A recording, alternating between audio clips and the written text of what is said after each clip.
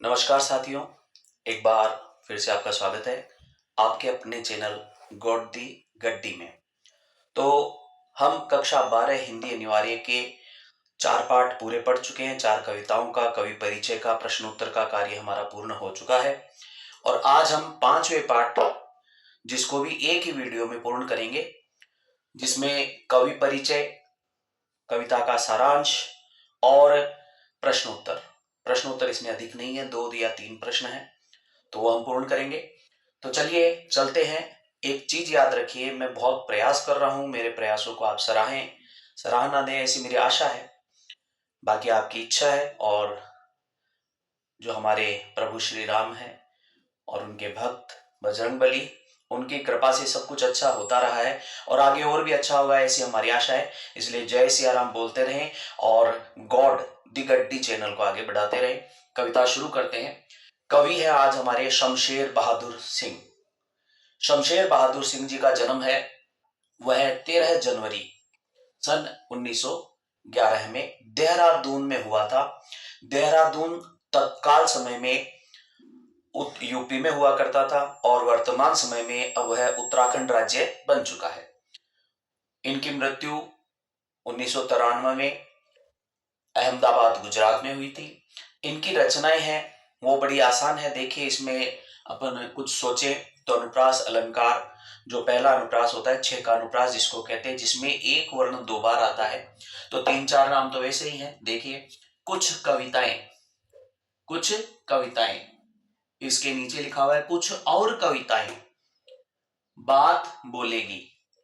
याद हो जाएंगे, कुछ कविताएं, कुछ और कविताएं बात बोलेगी।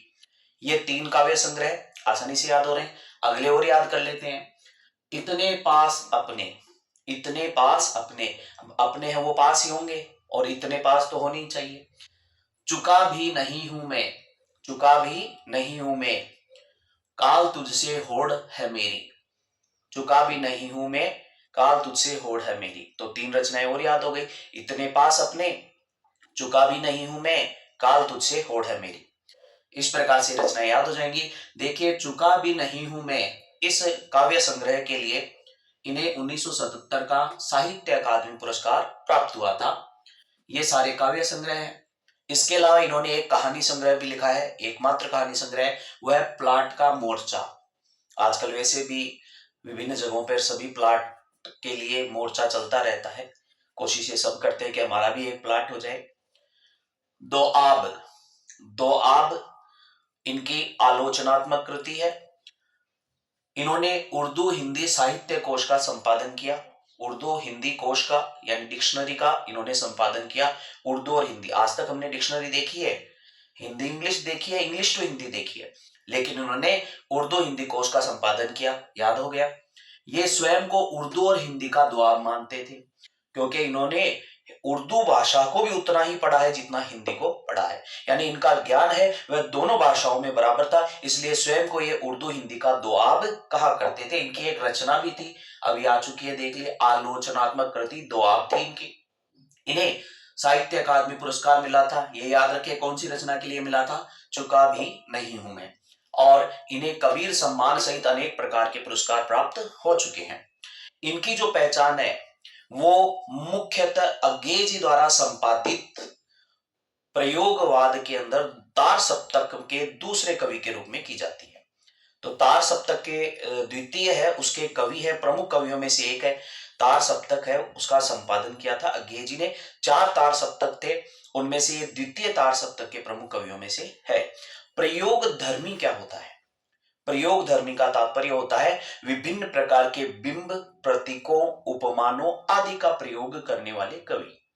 जैसे नवीन प्रयोगों का, पुरातन को छोड़ा, नए प्रयोगों का शुरुआत किया इन्होंने, नए बिंबों के प्रयोग की शुरुआत की इन्होंने, इसलिए इन्हें प्रयोग धर्मी कवि कहा गया है। देखिए, लिखा हुआ है, इनकी पहचान प्रयोग धर्मी, बिंब धर्मी कवि के रूप में की जाती है। यह अंग्रेजी द्वारा संपादित द्वितीय तार सप्तक, जो कि 1943 में उन्होंने शुरू किया था, उसके प्रयोगवादी कवियों में से प्रमुख कवि हैं। और आज हम जो पढ़ने जा रहे हैं वो इनकी कविता है उषा। उषा का मतलब होता है प्रातः, सुबह, भोर। ये सभी इनके लिए विभावरी, रात्रि का पर्यायवाची शब्द है और प्रातः काल सुबह का पर्यायवाची शब्द है। आज हम उसी सुबह के दृश्य का वर्णन इनकी कविता के माध्यम से पढ़ेंगे। यह एक प्रयोगवादी कविता है, तो आज इस कविता को हम पढ़ने जा रहे हैं। तो देखिए, चलते हैं कविता की पंक्तियों की ओर। तो देखिए साथियों, हमारी जो कविता है इसको आपको समझना है अगर, तो कविता को समझने के लिए आपको सुबह का वो दृश्य देखना चाहिए। तो जब अगर आपने देखा हो तो पूर्व दिशा की ओर जब सूर्योदय नहीं हुआ होता है उससे पहले हल्का उजाला धीरे धीरे आता है, पूरे आसमान में अंधेरा है और पूर्व दिशा में हल्की सी रोशनी है वह फूट पड़ती है। वो रोशनी धीरे धीरे करके बढ़ती चली जाती है, गोलाई के आकार में अर्ध चंद्र मान लेते हैं, उल्टा या आधा गोला है उस तरीके से बढ़ती है और धीरे धीरे करते हुए वह कालापन है वह जो धुलता चला जाता है, साफ होता चला जाता है। कालेपन का रूप है वह पहले हल्का होता है, एक तो होता है डार्क ब्लैक, वो डार्क ब्लैक धीरे धीरे करके जो गहरा काला है वो थोड़ा थोड़ा कम होते होते भूरे रूप में यानी डार्क ब्राउन जैसा होता है और फिर धीरे धीरे करके सूर्य की किरणों के प्रभाव से वह लाल रंग के अंदर परिवर्तित हो जाता है। सूर्य की किरणें लाल रंग से वह काले और सूर्य की पीली किरणें जब मिश्रण होती है तो लाल रंग का आभास देने लग जाती है। यदि बीच में बादल भी कहीं हो तो बादल तो पूरी तरह से वह लाल दिखाई देने लग जाता है और धीरे धीरे करके वह सूर्य जब उदित होता है उससे पूर्व ही पूरा आसमान पहले नीला हो जाता है और सूर्य उदित होने के साथ जब सूर्य की किरणें जब गिरती है तो सूर्य की किरणें गिरने के साथ ही पूरे संसार में प्रकाश फैल जाता है। ये दृश्य उषा का है। तो इन्होंने किन प्रयोगों का इसमें किन बिंबों का इन्होंने प्रयोग किया है वो बिंब हम आज यहाँ प्रकट करने जा रहे हैं। देखते हैं क्या कहते हैं। प्रातः नभ था बहुत नीला शंख जैसे, प्रातः नभ था बहुत नीला शंख जैसे, एकदम स्वच्छ साफ नीला आकाश है जैसे कोई नीला शंख हो। उपमा अलंकार है, समानता बताई गई है। नीले आसमान की समानता किससे की गई है?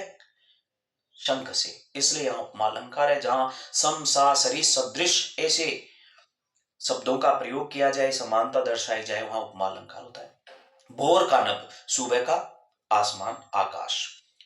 राख से लीपा हुआ चौका, थोड़ी ही देर बाद में जब सूर्य की किरणें धीरे धीरे ऊपर की ओर बढ़ने लगी, सूर्य देवता ऊपर आने लगे और किरणें चारों तरफ फैलने लगी, तो उसके ऊपर पूरे आसमान में लाल रंग की, जैसे कोई केसर से धो दिया हो या नीले रंग का कोई चौका हो, राख से लीप दिया गया हो, ऐसा कोई दृश्य दिखाई देने लगा है। आप सब चौका जानते हैं, चौका क्या होता है? ग्रामीण क्षेत्रों में जब रसोई घर में गार से लीप दिया जाता था, जब रसोई घर के अंदर जो जहां पर खाना पकाते हैं, जहां चूल्हा होता है उसके आसपास का जो क्षेत्र है लगभग 5-7 मीटर का, उसमें गार और गोबर मिला करके गीला करके उसको लीप दिया जाता है। तो वह चौका है, गीला होता है और जब वह गीला होता है वैसा का वैसा दृश्य आसमान में जैसे राख से चौका लीप दिया गया हो, उसमें राख भी मिलाई जाती है। बहुत काली सिल जरा से केसर से की जैसे धुल गई हो। पहले तो जब सूर्य उदय हुआ तो काले से राख से लिपा हुआ चौका जैसा लगने लगा, काला रंग धीरे धीरे करके उजला होता चला गया और बाद में उसके ऊपर सूर्य की किरणें गिरने से लाल रंग की केसर से जैसे उसे धीरे धीरे करके धो दिया गया हो, जैसे बहुत काली सिला जैसे लाल केसर से धुल गई हो। इसमें भी उपमा अलंकार है और साथ ही साथ उत्प्रेक्षा का भी आभास इसमें हो रहा है। उत्प्रेक्षा अलंकार भी मानो, जानो, मनु, जनु आदि शब्दों का प्रयोग करके अगर कोई काव्य पंक्ति लिखी जाती है तो वह उत्प्रेक्षा अलंकार के उदाहरण के रूप में आती है। आसमान है वह धीरे धीरे करके लाल केसर से धो दिया गया है।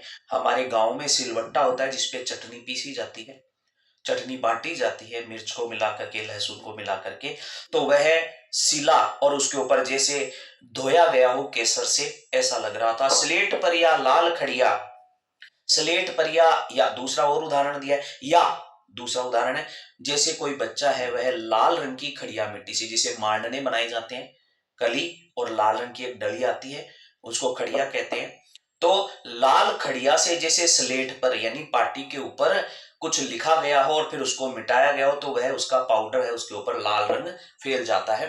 नील जल में या किसी की गोर झिलमिल देह जैसे हिल रही हो, और उसी समय जब सूर्य उदय हो जाता है तो आकाश का नीलापन और सूर्य का उजला स्वर्ण रंग यानी सोने के जैसा रंग, ऐसा लगता है जैसे गोरी देह वाली कोई युवती, आसमान में सूर्य उग रहा है, नीले आसमान में है, और नीचे जमीन पर जो जल होता है, पानी होता है, उसमें कोई गौर वर्ण की युवती या कोई नायिका है, वह नीले जल में अपने आप को निहार रही हो या पानी भरने गई हो, तो उसकी देह, उसका शरीर झिलमिलाता हुआ हिल रहा होता है। वैसा आभास यहाँ पर इसमें बताया गया है, नील जल में या किसी की गौर झिलमिल देह की जैसे हिल रही हो। समझ चुके होंगे। और जादू टूटता है इस उषा का, अब सूर्योदय हो रहा है।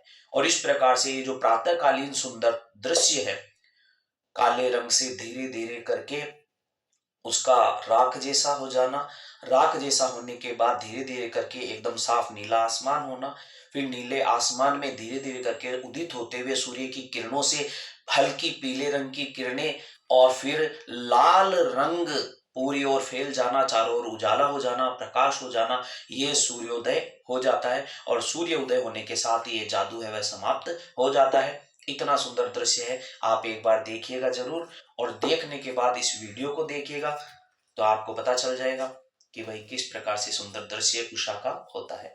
चलिए अब इसके प्रश्नों की ओर चलते हैं। प्रश्न भी मैंने अपने बोर्ड पर लिख दिए हैं। गांव की गतिशीलता का शब्द चित्र उषा कविता कैसे है? गतिशीलता दिखाई अभी भी मैंने पूरा बोल दिया। सूर्य उदय होने से पहले जब अंधकार होता है, 4:30-5 बजे का समय होता है, 5 बजे के बाद धीरे धीरे करके हल्का उजाला पूर्व दिशा से फैलता है। गतिशीलता है, निरंतरता है, क्रमबद्धता है। समय की परिवर्तनशीलता सुंदरता को और बढ़ा देती है। सुंदरता कम नहीं होती, सुंदरता निरंतर बढ़ती चली जाती है। और इस दृश्य का पूर्णता प्राप्त होती है जब सूर्य पूर्ण तरह उग जाता है, सूर्य की किरणें पूरे संसार में फैल जाती है। तो ये क्या है? ये सारा दृश्य गतिशीलता वाला दृश्य है। समय गतिशील है, और इस प्रकार से ये गांव की गतिशीलता को दर्शा रहा है। क्यों? क्योंकि इसमें ज्यादातर उपमानों का प्रयोग है, वह गांव के उपमानों का प्रयोग किया गया है। जैसे सिलबट्टा आया है, खड़िया आया है, खड़िया चाक आई है, तो ये सब ग्रामीण उपमान है, और ऐसा दृश्य गांव में ही देखने को मिलता है। शहरों में देखने का समय किसके पास है? शहरीकरण हो गया है। फिर भी कोई बात नहीं है, काफी सारे लोग आज फिर से जागरूक हुए हैं। शहरों में भी धीरे धीरे करके प्रकृति के प्रति प्रेम बढ़ता जा रहा है। फिर दूसरा प्रश्न है, भोर का नभ, राख से लिपा हुआ चौका, इसमें क्या बताया? इसमें विराम चिन्हों का प्रयोग, कोष्टक आदि का प्रयोग किया, उससे विशेष अर्थ कैसे उत्पन्न होता? तो देखिए एक बात बता देता हूं मैं। प्रयोगवाद की जो कविताएं होती है, उन कविताओं में विराम चिन्हों का प्रयोग कम किया जाता है, कोष्टक का प्रयोग ज्यादा किया जाता है। जो भी बात स्पष्ट करनी होती है वो कोष्टक के माध्यम से हो जाती है। पंक्ति तो लिख दी इसमें, भोर का नभ, राख से लिपा हुआ चौका।